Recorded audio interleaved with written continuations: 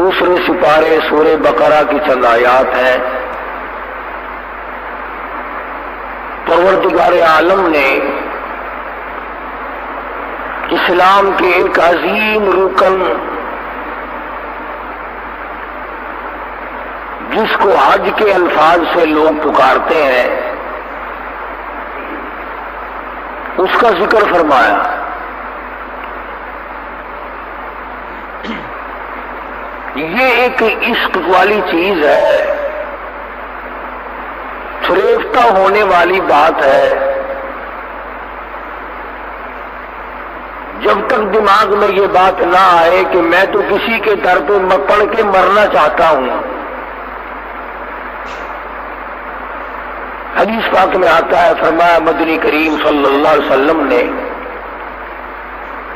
جب دربار الہی کی زیارت کی نیت سے آدمی گھر سے نکلتا ہے، حق سبحانہ و تعالی و تقدس نے فرمایا اپنے گھر سے نکلتے ہی وہ میرا مہمان بن جاتا ہے، میں خدا اس کا میزبان ہوتا ہوں۔ یوں فرمایا مدنی کریم صلی اللہ علیہ وسلم نے کہ اگر آدمی گھر سے نکلنے کے بعد سفر حج میں فوت ہو جائے تو پروردگار عالم کی طرف سے ایک فرشتہ مقرر کیا جاتا ہے جو اس کی طرف سے حج کے تمام ارکان ادا کرتا ہے۔ آدمی کی کہاں مجال ہے، کہاں جرت ہے کہ اس قسم کے ارکان ادا کرے جو فرشتہ کر سکتا ہے۔ فرشتے کو پیشاب کی حاجت نہیں، پخانے کی حاجت نہیں، نیند کا غلبہ نہیں، بھوک نہیں، وہ تو ہر وقت سراپا عبادت میں رہتے ہیں۔ کتنا بڑا انعام ہے کہ اگر تو نکلنے کے بعد ارادہ تیرا میرے دربار کا ہو، میرے گھر کی زیارت کا ہو، طواف کا ہو، عشق لے کر کے نکلا ہو، اگر تو موت کے لقمے میں چلا گیا تو تیری طرف سے میں ایک فرشتہ کھڑا کر کے سارے ارکان ادا کراؤں گا۔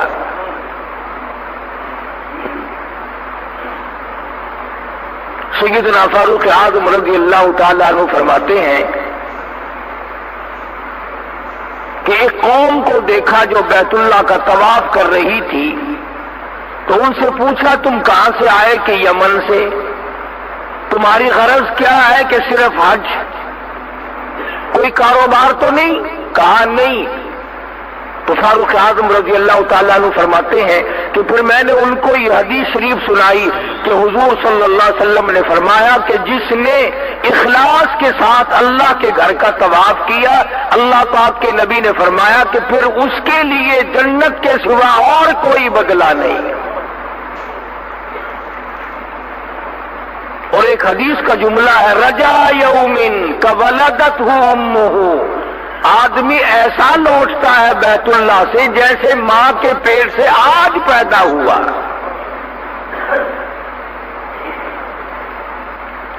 سرزمین عرب اللہ کے خزانوں سے مالا مال ہے، انبیاء کا سارا سلسلہ اللہ پاک نے وہیں قائم دائم فرمایا۔ پروردگار عالم نے بیت اللہ شریف کی بنیاد رکھنے کے لیے بھی ایک اللہ نے اپنے نبی، اپنے خلیل کا انتخاب فرمایا۔ ساری دنیا کی زمین اس زمین کے صدقے میں پیدا ہوئی۔ فرمایا تھا میں نے بنوانا ہے بیت اللہ، مستری ہو خلیل اللہ، مزدور ہو ذبیح اللہ۔ سیدنا ابراہیم علیہ السلام نے بیت اللہ کی تعمیر کی، اپنا بچپن بڑا عجیب و غریب اندازے سے بھگتایا حضرت ابراہیم علیہ السلام نے۔ پیدا ہوئے تو شرک کی لعنت میں گرفتار لوگوں سے ٹکر ہو گئی۔ باپ بت گر نہیں، بت پرست نہیں، بلکہ بت گھر ہے، بت بنا کر کے بیچتا ہے۔ اندازہ لگائیں کہ کسی زمانے میں خداؤں کا کاروبار بھی ہوتا رہا ہے، معاف تو اب بھی نہیں کرتے، پہلے شرک کی ڈھیری بنائی اور اس کے بعد کاروبار شروع کر دیا۔ اور آج کل تو اس جیسا بہترین کاروبار تو ہے ہی نہیں، ٹیلی فون کا بل نہیں، سوئی گیس کا بل نہیں، بجلی کا بل نہیں، کوئی ٹیکس نہیں، کوئی خرچہ نہیں، ہاؤس ٹیکس نہیں، سیل ٹیکس نہیں، سارے ٹیکسوں سے پاک ہے یہ قبروں کا کاروبار۔ سیدنا ابراہیم علیہ السلام تو تمام بتوں کو توڑنے کے لیے پیدا ہوئے،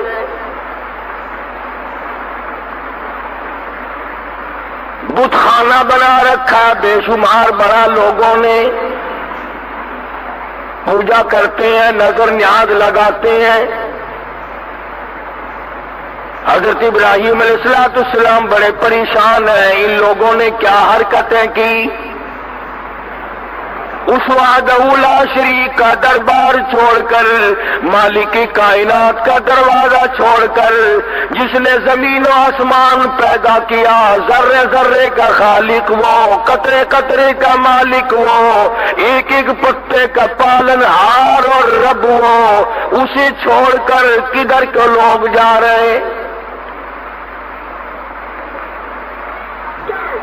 سیدنا ابراہیم علیہ السلام کی جوانی کا زمانہ ہے، لوگ میلے کی طرف نکل گئے۔ حضرت ابراہیم علیہ السلام کو موقع ملا بتوں میں جا گھسے کلاڑا لے کر،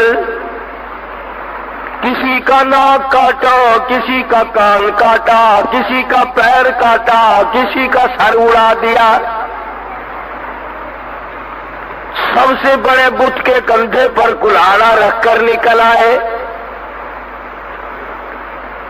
واپس آئی قوم، بتوں کا برا حال ہے۔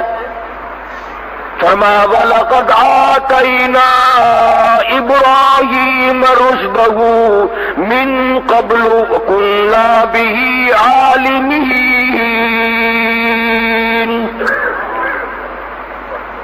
ہم نے ابراہیم علیہ السلام کو ہدایت عطا کی تھی، رشد عطا کی تھی، صراط مستقیم ان کو سمجھایا اور سجایا تھا۔ اِذْ قَالَ لِأَبِيهِ وَقَوْمِهِ التَّمَاثِيلُ الَّتِي أَنْتُمْ عَاكِفُونَ۔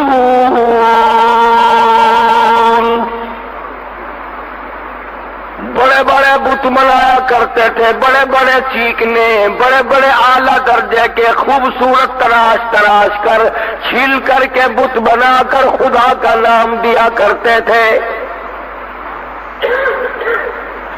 بڑا عجیب زمانہ ہے۔ ابراہیم علیہ السلام کے زمانے کے لوگ اگر پتھروں کے تراش کر خدا بنائیں تو کافر، آج مسلمان اعلیٰ درجے کی قبر بنا کر سجدے کیا کرے، طواف کیا کرے، رات دن چاٹا کرے، اسلام میں کوئی فرق نہیں آتا۔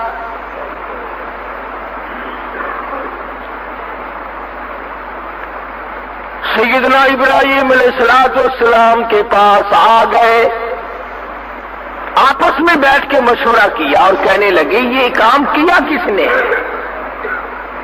ہمارے خداؤں کی توہین کر دی، بے ادبی کر دی، بے آبروئی کر دی۔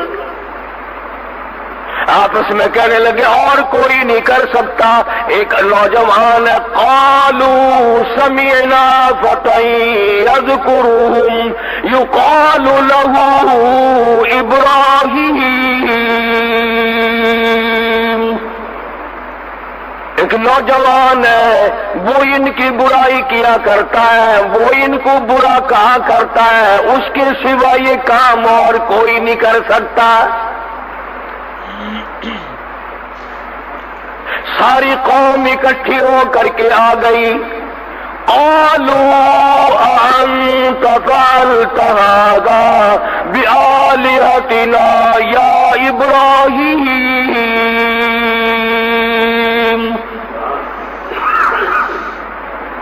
اے ابراہیم علیہ السلام، کیا ہمارے خداؤں کے ساتھ، کیا ہمارے معبودوں کے ساتھ تو نے یہ حرکت کی ہے؟ قرآن کریم ہے، کوئی قصے کہانیوں کی کتاب نہیں۔ اے کاش آج کے مسلمان کو قرآن کریم دیکھنے کی، سمجھنے کی توفیق ہو جائے، ساری دنیا اور دین کے مسئلے حل ہو جائیں۔ مگر مسلمان نے تو قسم کھا رکھی ہے کہ اپنی ساری مشکلات کا حل دنیا میں تلاش کرنا ہے، ساری مشکلات کا حل سیاست کے طور پر حاصل کرنا ہے، ساری دنیا کی مشکلات کا ہم نے اپنے ہاتھوں سے حل کرنا ہے، قرآن کریم کے ذریعے نہیں۔ دنیا کے لوگوں، آؤ اللہ کے قرآن کو پڑھو۔ صحابہ کرام رضوان اللہ تعالی علیہ مجمعین کی جماعت نے کابل سے لے کر طرابلس تک سارا افریقہ، جنوبی ایشیا، مشرق بعید، مشرق قریب، مشرق وسطی اور بر صغیر، تمام کے تمام اقوام عالم سے خداوند کریم کی توحید کا لوہا منوایا تھا۔ توپیں ان کے پاس نہ تھی، ایٹم بم نہ تھا، ہائیڈروجن بم نہ تھا، دفتر بند گاڑیاں نہ تھی، طیارہ شکن توپیں اور ٹینک نہ تھے، خدا کا قرآن تھا، پوری دنیا پہ چھا گئے۔ ایسا ایمان۔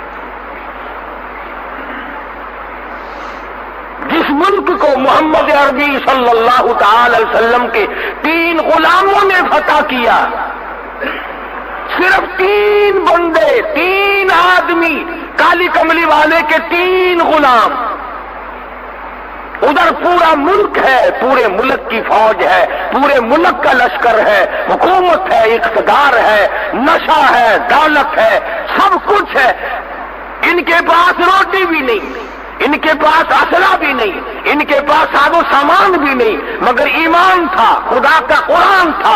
خدا کی قسم، جب قرآن کریم لے کر اس دین میں محمد کریم صلی اللہ علیہ وسلم کے 3 غلام کھڑے ہوئے، سارے ملک کو شکست دے کر خدا کی توحید کا لوہا منوایا۔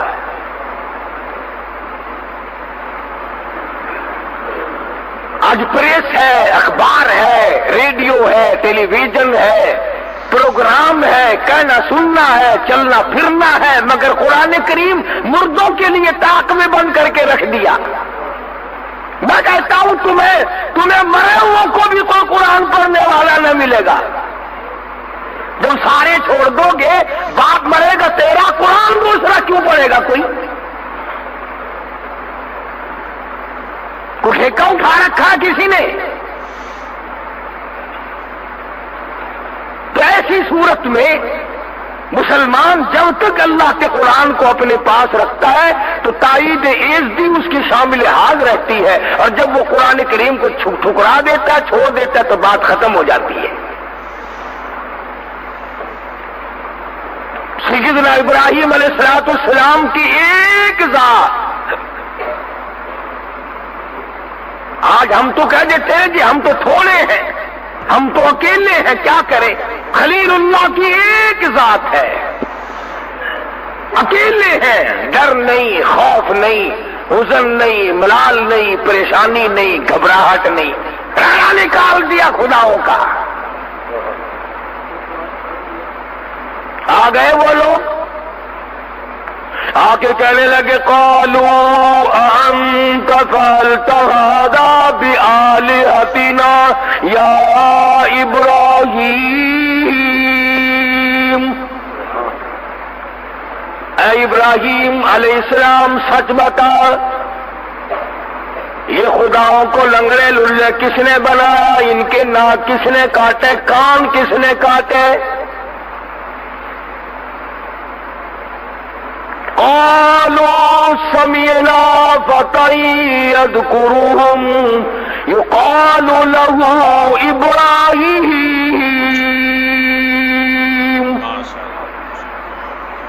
یہی ایک نوجوان ہے جس کا عقیدہ دوسرا معلوم ہوتا ہے، جس کا نظریہ دوسرا معلوم ہوتا ہے، جس کے حالات کچھ الگ تھلگ معلوم ہوتے ہیں، یہی وہ ہو سکتا ہے۔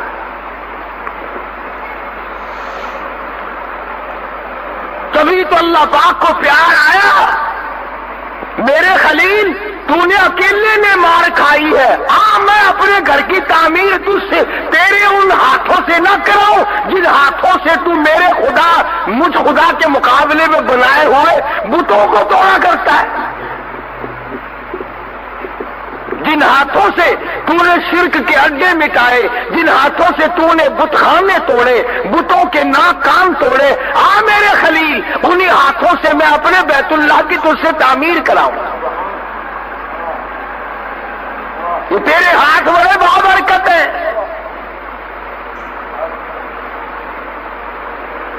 سیدنا ابراہیم علیہ السلام فرمانے لگے مجھے کیا کہتے ہو؟ جاؤ اپنے حاجت رواؤں سے پوچھو، مشکل کشاؤں سے پوچھو، جس کی ٹانگ کٹی اس سے پوچھو کس نے کاٹی، جس کا ناک کٹا ہوا اس سے جا کر کے پوچھو تیری ناک کس نے کاٹی، جس کا کان کٹا ہوا اس سے جا کر کے پوچھو تیرا کان کس نے کاٹا۔ قالوا فأتوا به على أعين الناس لعلهم يشهدون۔ ابراہیم علیہ السلام نے صاف کہہ دیا تمہیں بیٹے دے سکتے ہیں، خود نہیں بتا سکتے کہ مارا کس نے ہے۔ ساری دنیا میں بارش برسانے پہ قادر ہے اور تمہیں نہیں بتا سکتے کہ ہمارا رگڑا کس نے نکالا ہے۔ تمہیں دشمنوں پہ فتح دینے پہ قادر ہے، تمہارے دشمنوں کو مٹانے پہ قادر ہے، بارش برسانے پہ قادر ہے، اولاد دینے پہ قادر ہے، تمہیں بیماری دے کر دور کر دینے پہ قدرت رکھتے ہیں، تو خود نہیں بتا سکتے کہ ناک کان کس نے کاٹا ہے۔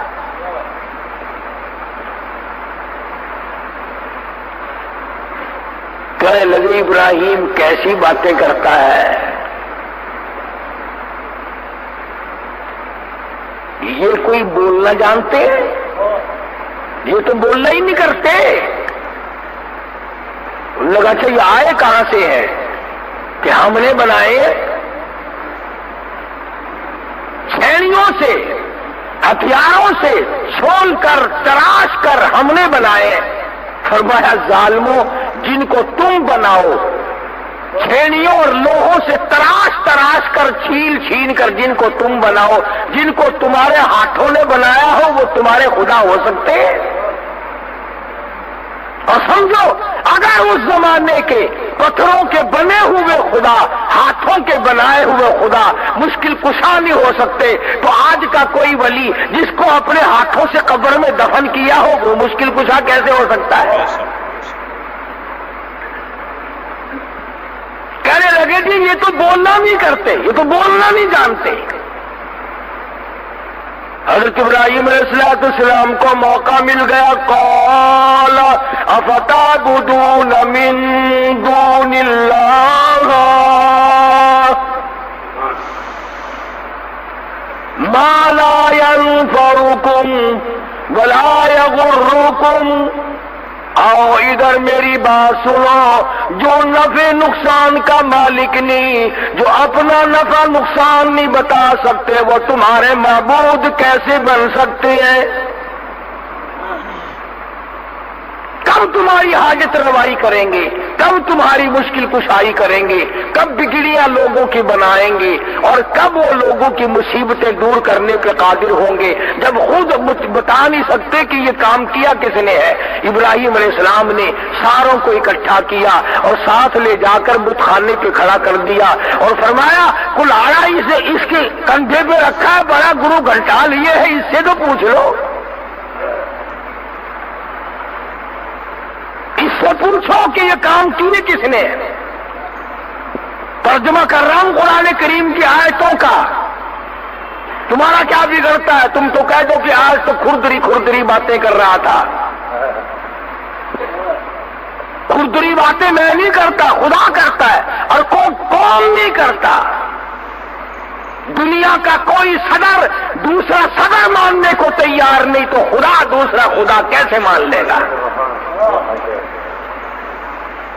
تم تو اتنی غیرت مند اپنی بیوی کی طرف کسی کو آنکھ اٹھا کے نہیں دیکھنے دیتے. اور اللہ تعالیٰ جس نے خیرت کو پیدا کیا ہے وہ نہیں چاہتا کہ بندہ میرا ہو جھکے کسی اور کے سامنے.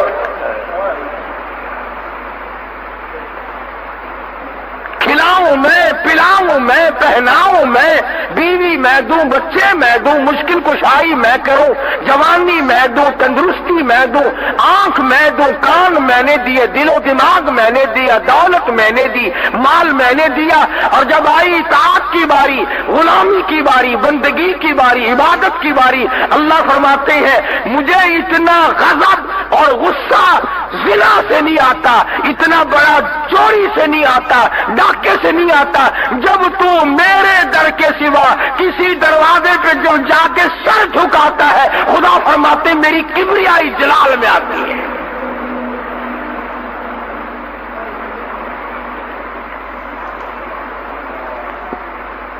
سارے فلسطین والے جل گئے، کہنے لگے قالوا حرقوا وانصروا آلہتکم ان کنتم فاعلین. آؤ اپنے خداؤں کی امداد کرو، پکڑو اس ابراہیم علیہ السلام کو، جلاؤ اسی پکڑ کر. وانصروا آلہتکم، اپنے معبودوں کی امداد کرو، ان کی خدمت کرو، ان کا تعاون کرو، ان کی حمایت کرو. وانصروا آلہتکم ان کنتم فاعلین. اگر تم کچھ کرنے والے ہو، اگر کچھ کر سکتے ہو، آؤ پھر پکڑو ابراہیم علیہ السلام کو اور چیخا میں پھینکو. چنانچہ نمرود نے انتظام کیا لمبا چوڑا، ہزاروں نے لاکھوں من لکڑ اور ایندھن جمع کیا اور آگ سلگائی، دہک اٹھی، کولے بن گئے، شولے بن گئے. پنگوڑے میں حضرت ابراہیم علیہ السلام کو بٹھا کر عین درمیان میں پھینکا ہے. قربان جاؤں ابراہیم علیہ السلام کے ضمیر پہ، عقیدے پہ، نظریے پہ، ایمان پہ. پنگوڑا تیار ہے، ابراہیم علیہ السلام کو بٹھا رہے ہیں پکڑ کر. فرشتہ سامنے آتا ہے، سلام کرتا ہے اور کہنے لگا او ابراہیم مجھے حکم دے، میں بارش پہ مامور ہوں، اللہ کے حکم سے بارش برساتا ہوں. میں بارش برسا کر ساری آگ کو، آتش کو، باغ کو بجھا دوں. حضرت ابراہیم علیہ السلام فرماتے ہیں او فرشتے کیا میری اس حالت کا میرے رب کو پتا ہے؟ جو حالت میری اس وقت بن رہی ہے میرے رب کو اس کا علم ہے، پتا ہے؟ فرشتے نے کہا پتا ہے. اللہ کے نبی نے جواب دے دیا بیچ میں سے ہٹ جاؤ، پھر رب جلیل جانے اور اس کا بندہ خلیل جانے، جو وہ چاہے گا میں تو اس پہ راضی ہوں جو میرے رب کو منظور ہو. ہوا پہ جو فرشتہ معمور تھا وہ آیا کہ میں ہوا ایسی چلاؤں یہ ساری آگ ہوا میں اڑ جائے گی. فرمایا نہیں، کیوں؟ جس طرح میرے رب کو منظور ہوگا وہی ہوگا. چنانچہ حضرت ابراہیم علیہ السلام کو چیخا میں پھینک دیا گیا. اللہ تبارک و تعالیٰ کی تو آگ بھی مخلوق ہے. ارے آگ ٹھنڈی ہو گئی، اللہ کے حکم سے آگ تو سرد پڑ گئی. اللہ کے قرآن میں اللہ کے ہزاروں حکم سن کر آپ آج تک ٹھنڈے نہیں پڑے. آگ کو شرم آئی جس کا مادہ ہی جلانا ہے کہ اللہ کے حکم کے سامنے میں اپنی جلانے والی طاقت کو کیسے بحال رکھوں؟ خدا کا حکم آیا ہے. آگ نے اپنی عادت والا کام چھوڑ دیا، جلانا چھوڑ دیا، ساڑنا چھوڑ دیا، ٹھنڈی ہو گئی، سلامتی کے ساتھ ٹھنڈی ہو گئی، ابراہیم علیہ السلام کے لیے گلزار بن گئی، باغ و بہار بن گئی۔ اللہ کے حکم کے سامنے آگ بدل گئی، ہم نہ بدلے۔ جو ہماری عادتیں بنی ہوئی ہیں ہم نے نہیں بدلنا، قرآن کے سامنے نہیں جھکنا، اللہ کے حکم کے سامنے نہیں اپنے آپ کو بدلنا۔ سیدنا ابراہیم علیہ السلام کی چیخا کے درمیان میں پڑے، آواز آتی ہے قل لا یا رکونی بردا وسلاما علی ابراہیم، اے آگ ٹھنڈی ہو جا، سلامتی کے ساتھ میرے خلیل کے ساتھ ٹھنڈی ہو جا، تکلیف نہ ہو، اتنی ٹھنڈی بھی نہ بننا جس سے میرے خلیل اللہ کو تکلیف پہنچے۔ آگ گلزار بن گئی۔ سیدنا ابراہیم علیہ السلام سے اللہ پاک نے اس قسم کے خرق عادت کام کرا کر اسے پکا کر کے کہ 500 سال کی عبادت ایک طرف اور خانہ کعبہ پر یوں ایک نگاہ ڈالنا ایک طرف۔ اندازہ لگا جب نگاہ ڈالنے والے کا یہ مرتبہ ہے اور یہ ثواب ملتا ہے، بنانے والے کو کیا ملا ہوگا، بنانے والے کو کیا ملا ہوگا، وہ کتنا برکتوں والا انسان ہوگا، وہ کتنا برکتوں والا پیغمبر ہوگا، وہ کتنا رحمتوں والا پیغمبر ہوگا جس کے ہاتھوں نے بیت اللہ کی تعمیر کی۔ سیدنا ابراہیم علیہ السلام مستری کا کام کرتے ہیں اور بیٹا ذبیح اللہ اسماعیل علیہ السلام مزدوری کا کام کرتے ہیں۔ بن رہا ہے بیت اللہ، بنا رہا ہے خلیل اللہ، اور کارار اینٹ پکڑا رہا ہے ذبیح اللہ۔ مستری بھی نبی، مزدوری کا کام کرنے والا بھی نبی۔ اللہ پاک کا گھر مکمل کر دیا، فرمایا ان اول بیت وضع للناس للذی ببکۃ مبارکا وہدی للعالمین۔ قرۂ ارض پہ سب سے پہلا گھر اللہ پاک جل شانہ نے سب سے پہلے اپنا گھر بنوایا، اور جب اس گھر کی تعمیر مکمل ہو گئی تو حضرت ابراہیم علیہ السلام نے اپنا خاندان بلایا، اسماعیل علیہ السلام کو بلایا، حضرت مائی ہاجرہ کو بلایا، حضرت مائی سارہ کو بلایا، اور بلا کر دعا مانگی ہے، دعا مانگی ہے۔ الہ العالمین،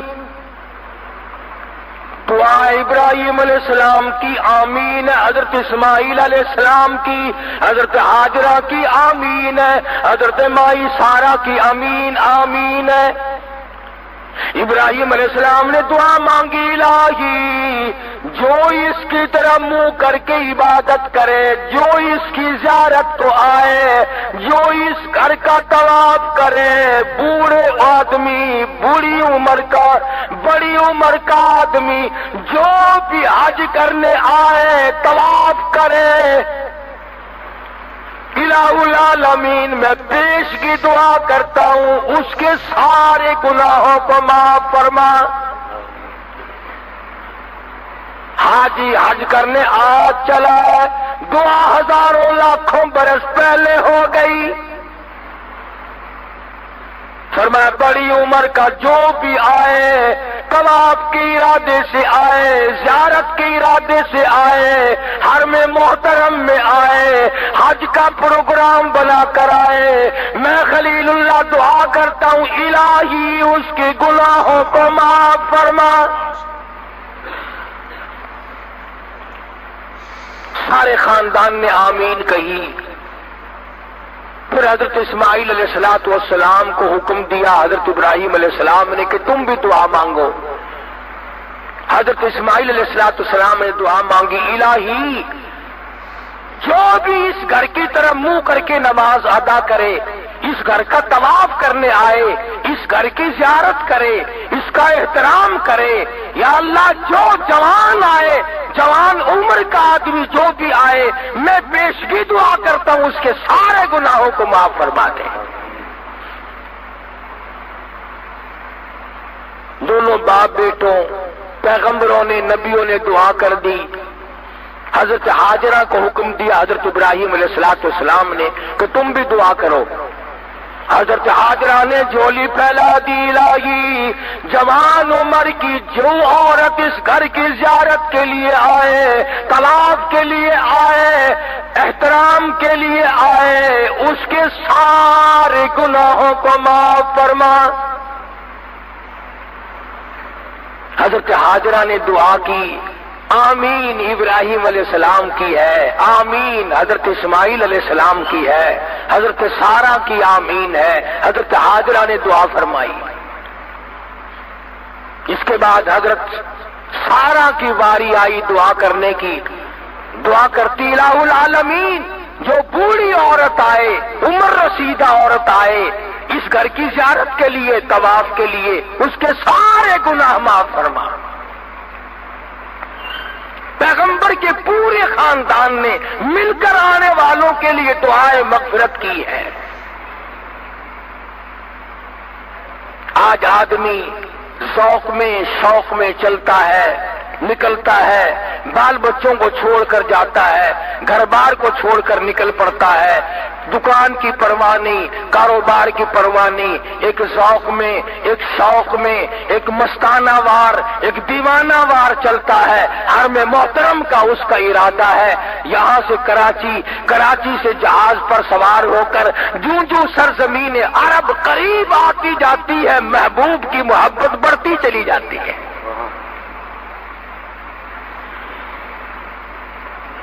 چنانچہ کسی ملک میں جاؤ، آدمی پریشان ہوتا ہے، امریکہ میں آیا ہوں، کہاں جاؤں گا، کدھر کو جاؤں گا۔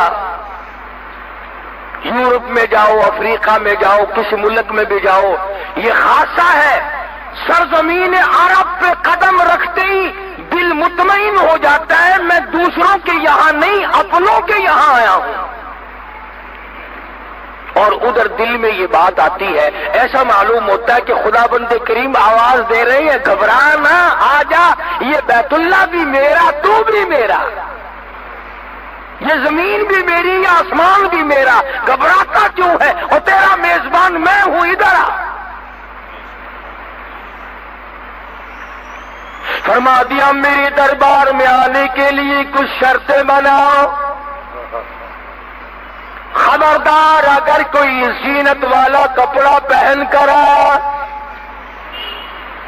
بادشاہ تخت و تاج اتار کے آؤ، سرخ یاقوتوں سبز یاقوتوں والے تاج، سونے کی لڑیوں والے تاج، چاندی اور ہیرے کے لگے ہوئے تاج اتار کے آ، میرا در ہو تیرا سر ہو، ننگا سر کر کے لاؤ، خبردار سر پہ کچھ نہیں، بادشاہ ننگے سر آؤ، وزیروں ننگے سر آؤ، گورنروں ننگے سر آؤ، ذمہ داروں سرمایہ داروں، بڑے بڑے حسن و جمال کے پیکروں مردوں، تمام کے تمام ننگے سر آؤ۔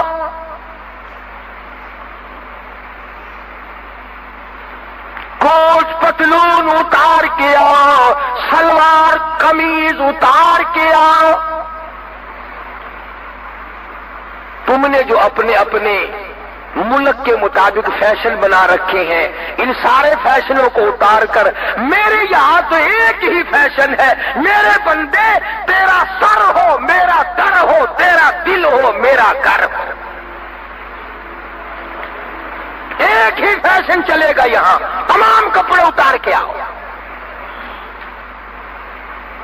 سلا ہوا کپڑا پہننا، احرام باندھنا جائز نہیں، حاضری نہیں ہوگی اور حج نہیں ہوگا، بالکل صحیح مناسک ادا نہیں ہوں گے. فرمایا چاہے یورپ کا باشندہ ہو، ایشیا کا باشندہ ہو، بر صغیر کا باشندہ ہو، کالے ملک کا رہنے والا ہو، گوروں کے ملک کے رہنے والا ہو، بادشاہ اور فقیر ہو، تمام کے تمام ایک لباس میں آؤ. وہ لباس کیا ہو؟ فرمایا ایک چادر گلے میں ڈال لے، کفن پہن کے آ، گھر سے پوری طرح نکل کے آ. ہاں تجھے کیا معلوم واپسی بھی تیری ہوگی کہ نہیں. تیار ہو کے آ، پکا پروگرام بنا کے آ.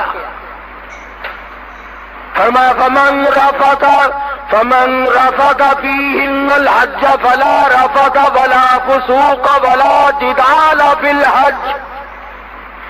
فمن فرغ فيهن الحج فلا رفث ولا فسوق ولا جدال في الحج.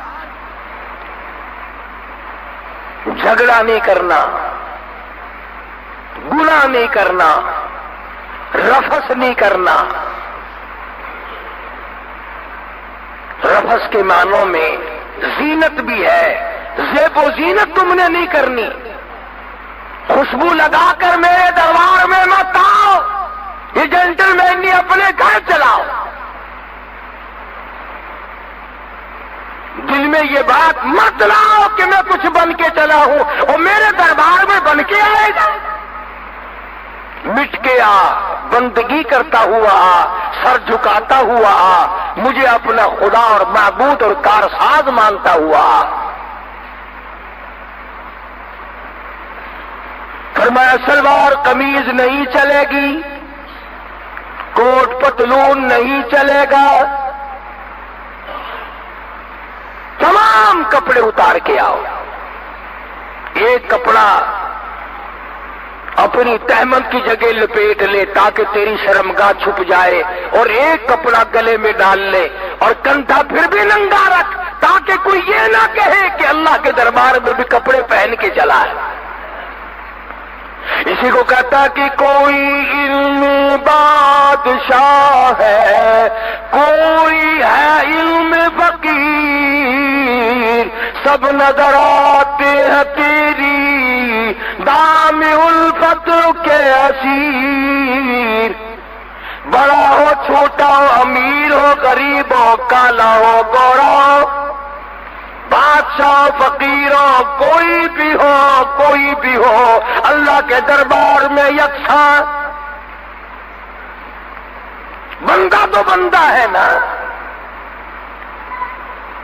اللہ پاک آپ سب کو بیت اللہ شریف کی زیارت نصیب فرمائے.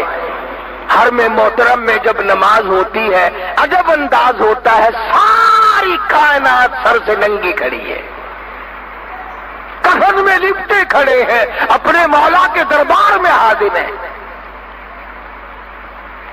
اور عجب دربار ہے، حرم محترم میں قدم رکھتے ہی پسینے چھوٹ جاتے ہیں، سرابور ہو جاتا ہے پسینوں میں، اور آدمی کا ضمیر خود ملامت کرتا ہے، اور میرے مالک میں اتنا بڑا روسیار، یہ تیرا دربار، کہاں میری بدامالی، کہاں میری روسیاہی، کہاں میرے کرتوت، اور کہاں تیرا یہ بابرکت دربار. شرم آتی ہے، پسینوں میں آدمی خود بخود ڈوب جاتا ہے. حرم محترم کے اندر جاتا ہے، بیت اللہ پہ نگاہ پڑتی ہے، نظر پڑتی ہے، پیار آتا ہے، محبت آتی ہے، دل میں ولولہ پیدا ہوتا ہے کہ جذبہ پیدا ہوتا ہے۔ آگے بڑھ کر حدیث پاک میں آتا ہے، فرمایا مدنی کریم صلی اللہ علیہ وسلم نے جس نے حجر اسود کو بوسہ دیا، اللہ پاک یوں فرماتے ہیں، حدیث قدسی ہے کہ اس نے میرے دائیں ہاتھ کو بوسہ دے دیا۔ خداوند عالم فرماتے ہیں کہ میں یہ سمجھتا ہوں اس نے میرے دائیں ہاتھ کو بوسہ دے دیا، اور فرمایا کہ بیت اللہ کا غلاف پکڑ کر جس نے دعا مانگی، میں یہ سمجھتا ہوں کہ میرا دامن پکڑ کے سب کچھ مانگ لیا، اور جس نے مقام ملتزم پہ لپٹ کر مجھ سے مانگا، میں سمجھتا ہوں میری چوکھٹ پہ لپٹ کر، میری دہلیز پہ پڑھ کر مجھ سے سب کچھ مانگ لیا۔ طواف کرتا ہے، آواز لگاتا ہے لبیک اللہم لبیک لا شریک لک لبیک، الہی میں حاضر ہوں، الہی میں حاضر ہو گیا ہوں، تیرے دربار میں میری حاضری قبول فرما، تیرے دربار میں میری حاضری منظور فرما، میں آیا ہوں تیرے دربار میں سر مارنے کے لیے، تیرے دروازے پہ غلامی کرنے کے لیے میں آیا۔ علماء کرام نے لکھا ہے، مدینے پاک سے باہر ایک آدمی نے آ کے احرام باندھا، اور احرام باندھ کر آواز لگائی لبیک اللہم لبیک لا شریک لک لبیک، غیب سے آواز آئی لا لبیک، تیری حاضری منظور نہیں، تیری حاضری منظور نہیں۔ بڑے میاں تھے، عمر رسیدہ تھے، چل رہے ہیں، پھر بھی تلبیہ پڑھ رہے ہیں اور حج کے لیے آ رہے ہیں۔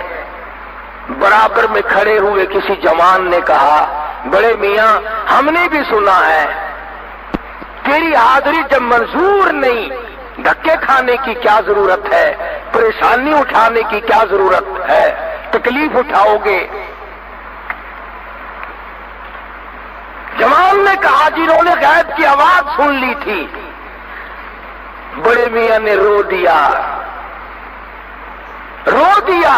اور کہنے لگا، بیٹا تم ایک دن کی آواز سن کر کے مجھے گھبرا رہے ہو اور خود بھی پریشان ہو رہے ہو، مجھے یہ آواز سنتے سنتے 52 سال گزر گئے، مجھے یہ آواز سنتے سنتے 52 سال گزر گئے، 53 سال گزر گئے مجھے یہی آواز سنتے سنتے۔ پھر اے نوجوان یہ بتا، اگر اس دروازے پہ منظور نہیں تو پھر اور دروازہ کون سا ہے جہاں جا کے میں ماتھا رگڑوں؟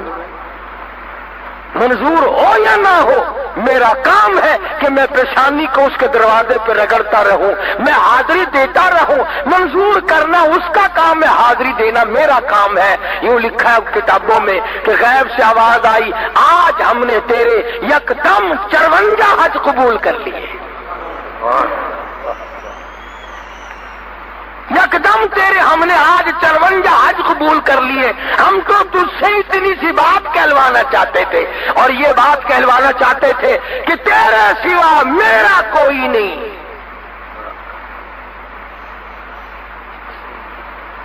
اگر معمولی صاحب کو کسی کو قرضہ لینا ہو تو پہلے جا کر کے یہ ٹھوکر مارتے ہیں، ایمان نال یار اساں تو کہیں کو لوگ نہیں کوئی ٹکا پیسہ گدا ہے کہیں نہیں، جب لوڑ پوندی ہے اساں دے ساڈا یار ہے پیا، ساڈا رشتہ دار ہے پیا، اساں تو تیرے کول آویں ہوں نہ دے تیری مرضی، اساں بے بوہے تے کلاہی گئے ہی کوئی نہیں۔ ان کو راضی کرنے واسطے بے بوہے دی تردید پہ ہی تھیندی ہے۔ 4 ٹکے قرضہ لینے واسطے ان کو جتاؤنا پوندا ہے، اساں تیرے بوہے تو سوا کلائی کیسے کول گئے ہی نہیں، اکے نہیں گئے۔ تو خدا کو نہ جتاؤ کہ ہم تیرے دروازے کے سوا کبھی کسی دروازے پہ آئے ہی نہیں۔ اگر تم اپنے محبوب کو خوش کرنے کے لیے یہ بات کہتے ہو کہ اس دل میں تیرے سوا کسی کی جگہ نہیں، لوگوں کو بابل عشق سے واسطہ پڑا ہے ان کو پتا ہے کہ محبوب پھر مسکراتا ہے. یوں کہو نا اصا تیرے سوا کہ کچھ جان نہیں کہے نہیں. این دل دے وچ کوئی جاتی پا ہی نہیں سکتا تیرے سوا. یہ دل تیرے واسطے ہے. او بادشاہ ہزار پری آوے، ہزار حسینہ آوے، ہزار فلانی آوے، میں ایمان نال تیرے سوا کہے کو لیکھن کیتے تیار نہیں. کہندے منہ دے اوتے تھوکن کیتے تیار نہیں. جڑ ویلے ہوئے گلا ماردا ہے نا محبوب کو ول مسکراندا دیکھو خوش تھیندے. ہاں میرے اوتے قربان ہے، میرے اوتے نثار ہے. حالانکہ ہے سارا مطلب اگر ایک مٹی کا بنا ہوا محبوب اس بات سے راضی ہوتا ہے کہ تیرے سوا میں کسی کو نہیں چاہتا تو وہ زمین و آسمان کا مالک راضی نہیں ہوگا جب بندہ کہتا ہے اے میرے مالک تیرے سوا میرا کوئی نہیں. بلکہ میں یہ کہوں گا کہ حج تو ہے ہی تعلیم اس بات کی کہ در میرا ہو، سر تیرا ہو، دل تیرا ہو، گھر میرا ہو. قدم قدم پہ یہی تعلیم ہے. لبیک اللہم لبیک لا شریک لک لبیک. تمام کے تمام حاجیوں کو یہی تلبیہ پڑھنا پڑتا ہے. یہاں دور سے ہی لملم کی پہاڑی سے ابھی دور ہے سرزمین عرب، پہلے سے احرام باندھو، تیار ہو جاؤ، دیوانے بن جاؤ، مستانے بن جاؤ. چھوڑو بادشاہت، چھوڑو اپنی تمنگری، چھوڑو اپنی زیب و زینت، آؤ دیوانے بنو. اور اسی کو کہتا کہ درد و غم رنج و علم فکر و قلق خوف و ہراس. درد و غم رنج و علم فکر و قلق خوف و ہراس. وہ بلا کون سی ہے جو شب ہجرا میں نہیں، اور تیرے وصال میں سب کچھ ہے، تیری جدائی میں بڑی پریشانی ہے. طواف میں بھی یہ بات سمجھا دی جاتی ہے کہ میرے گھر کے سوا کسی جگہ کا طواف جائز نہیں. اور فرمایا فرشتوں آؤ میرا بندہ آیا ہے، گھر میرا ہے، چکر اس کا ہے، اور یہاں میرے کعبے کے میناروں پہ کھڑے ہو کر اس کی بخشش کے لیے جھولیے پھیلا کر تم دعائیں مانگو. اس لیے کہ میرے گھر کا طواف کر رہا ہے، میرے گھر کا چکر لگا رہا ہے، مجھ سے مانگ رہا ہے اللہم اغفر لی، اللہم اغفر لی، الہی معاف کر دے، لبیک اللہم لبیک مجھ سے مانگ رہا ہے. گزرتا گزرتا رکن یمانی کو ہاتھ لگا کر گزر جانے کا حکم ہے. آواز آتی ہے فرشتوں میرے بندے نے میرے گھر کے کونے کو ہاتھ لگایا، آؤ 40 فرشتے یکدم آ کر میرے بندے سے مصافحہ کرو. کیوں؟ یہ میرے گھر کے سوا کسی جگہ کو بابرکت جگہ نہیں جانتا، کسی درخت کو بیت اللہ کے مقابلے میں نہیں مانتا، کسی گھر کو کعبے کے مقابلے میں نہیں مانتا، کسی قبر کو نعوذ باللہ کعبۃ اللہ کے مقابلے میں نہیں لاتا. ہے فرمایا حاجی جب طواف کرے دعا مانگے فرشتوں آمین کہتے جاؤ، 7 چکر لگاؤ میرے بندوں کے، آؤ یہ میرے مہمان ہیں. زمزم کا پانی پینے جاتا ہے، طواف پورا کر کے 7 چکر لگا کے زمزم کا پانی پیتا ہے. فرمایا آجا آجا، تو میرے دروازے پہ آ گیا، تو میرے کعبے میں آ گیا، تو میرے حرم میں آ گیا، تو میرا مہمان ہے، میں تیرا میزبان ہوں. ساری دنیا پانی پلاتی ہے اپنے مہمانوں کو، آ تجھے وہ پانی پلاؤں جو اسماعیل علیہ السلام کی نرم و نازک ایڑیوں کی رگڑ سے جاری ہوا تھا. زمزم کا پانی پیتا ہے. حاجیوں سے پوچھو، تھکا ہوا جاتا ہے، نیند کا مارا ہوا جاتا ہے، گھبرایا ہوا جاتا ہے. طواف کیا، طواف زیارت کیا، پہلا طواف کیا اور زمزم پیا، تمام تھکن پتہ نہیں کہاں غائب ہو جاتی ہے. جیسے تم جس کے یہاں مہمان جاتے ہو 7 اپ کی بوتل پی کر ڈکار لے کر چھت کی طرف دیکھتے ہو نہیں؟ تم وہاں زمزم کا پانی پی کر پھر کعبے کی طرف آدمی دیکھتا ہے۔ اس کے بعد فرمایا آ جا ابھی فارغ نہیں ہوا، طواف تو نے کر لیا، میرے گھر کا تو نے چکر لگا لیا، بخشش کی دعائیں مانگ لی، رو لیا، دھو لیا، اور میں نے تجھے پانی شانی بھی پلا دیا۔ چائے وائے ہوتی ہے نا ہمارے یہاں، فرمایا میں نے تجھے پانی شانی پلا دیا، زمزم پلایا۔ اس کعبے کے بنانے والے نے، حضرت ابراہیم نے جہاں کھڑے ہو کر 2 رکعت نماز ادا کی تھی، تو بھی وہاں کھڑا ہو کر نماز ادا کر۔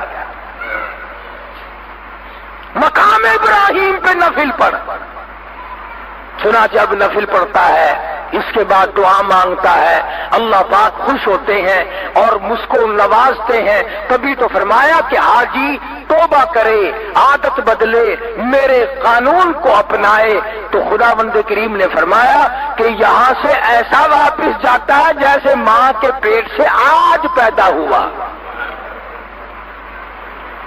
جب سلا ہوا کپڑا جائز نہیں، خوشبو لگانا جائز نہیں، اپنی بیوی کی طرف احرام باندھے ہوئے دیکھ شہوت کی نگاہ سے دیکھنا جائز نہیں، ہاتھ لگانا جائز نہیں۔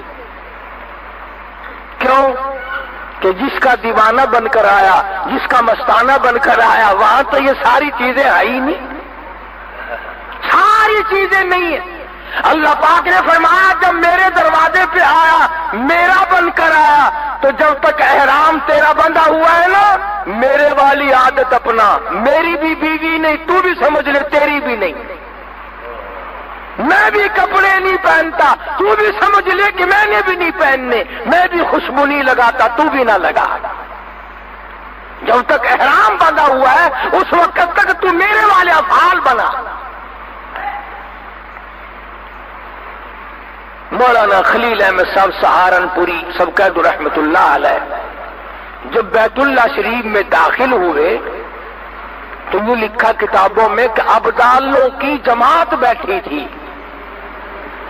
مطاف کہتے ہیں طواف کی جگہ کو، بیت اللہ کے چاروں طرف جو چکر لگانے کی جگہ بنی ہوئی ہے اسے مطاف کہتے ہیں۔ وہاں ابدالوں کی جماعت بیٹھی تھی۔ پچھلی رات تھی، مولانا خلیل احمد سہارنپوری رحمت اللہ علیہ نے جب قدم رکھا، ابدال چونک اٹھے اور فرماتے ہیں کہ سارا حرم نور سے جگمگا اٹھا، سارا حرم نور سے جگمگا اٹھا۔ اور جب ابدالوں کی نظر پڑی تو فرمایا یہی وہ مولانا خلیل احمد ہے جس کی وجہ سے بیت اللہ میں نور بھر گیا۔ اور جب طواف کرنے لگے تو یوں فرمایا کہاں میں اور کہاں نگہت گل،